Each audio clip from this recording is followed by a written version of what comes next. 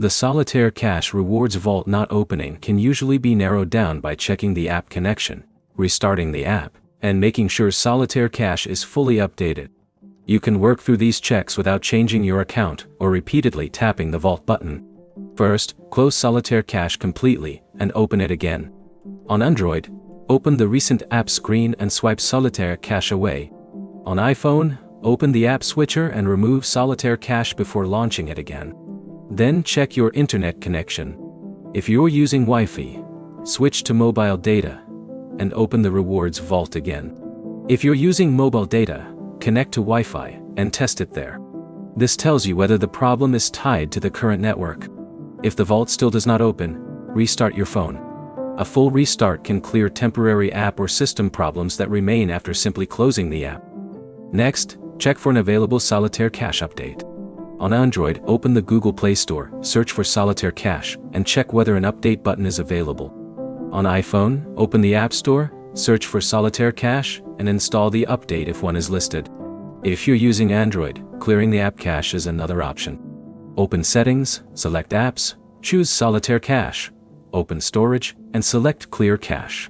Do not select Clear Data unless you understand what it removes and you know your account login information. On iPhone, there is no standard button for clearing an individual app's cache. Instead, check for an app update first and restart the device. Also check whether the Rewards Vault is the only part of Solitaire Cache that is failing. If Games, Your Balance, and other account sections work normally while the Vault alone refuses to open, avoid repeatedly reinstalling the app. The problem may be limited to that particular feature or the current app version. If the Vault opens but the rewards inside it are missing, don't assume that reinstalling the app will restore them.